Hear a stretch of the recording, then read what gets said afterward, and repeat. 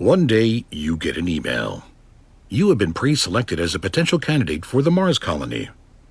Accept this invitation within 72 hours and pay the $100 fee to be selected for the next round. To be an astronaut was always your lifelong dream. A few years ago, you were one of the 200,000 applicants for a similar selection. You failed miserably, but today is your lucky day. You celebrate by singing Space Oddity, a song recorded by an astronaut in space. You call your fiancé. You have some big news. You might be moving to Mars in the near future. You're joking, aren't you? No, you say. And then enthusiastically explain how it's impossible to have a real phone call between Earth and Mars because it's so far away that it takes between 3 and 22 minutes for the signal to travel. What an unselfish you are if you really mean to do this. Also, just an would think they're looking for an unfit guy who last worked out in elementary school. You're starting to feel that she doesn't appreciate the idea as much as you do. You Google, how fit are astronauts? You read a few articles with a big frown on your face. You do a 60-minute workout you found on YouTube and faint after 6 minutes. You realize your athletic clothing sucks. Because you have no time to lose, you decide to buy all the stuff online while thinking about your favorite hero, Neil Armstrong, the first man on the moon who made a giant leap for mankind. And after 50 years, the time has come for the next giant leap, for a new hero, for you. No, that's not quite it. There you go. The whole next day, you're waiting for the package to arrive. But it doesn't. Finally, it has, and you go to run, and you run, and you run like you've never run before. For 6 minutes. Again. Then you walk home imagining how unnaturally strong you will be on Mars.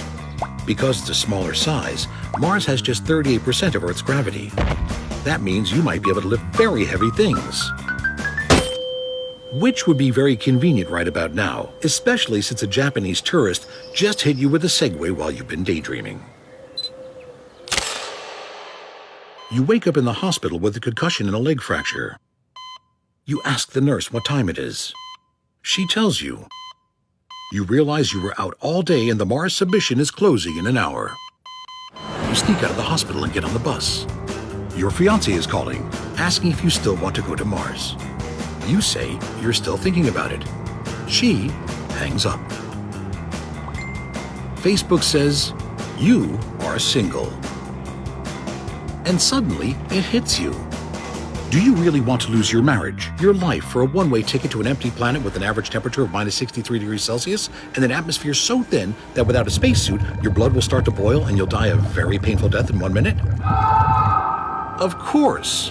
Only if you don't suffocate, starve to death, get killed by a crazy colleague, crash during the landing, or explode during the takeoff.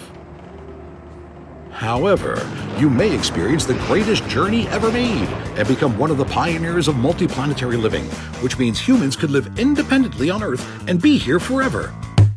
Not like those stupid dinosaurs. Yeah.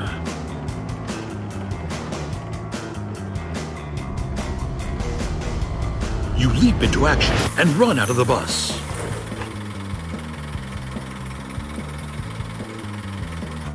You realize the elevator is not working and decide to take the stairs. You throw away the crutches because they're slowing you down. That was a bad idea. A really bad idea. You're home. You made it. You enter your name, birth date, address, nationality, profession, email, and most importantly, credit card information.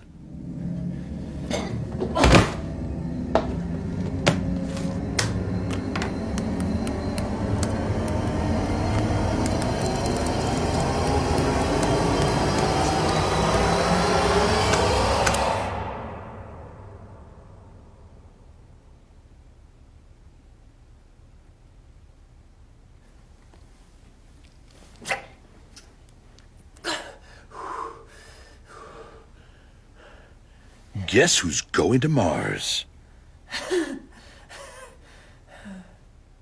Later that evening, you're resting peacefully in bed. All the exhaustion and pain has gone away. You are absolutely content. Wait. You grab your cell phone to check your bank account. You stare at it for a while.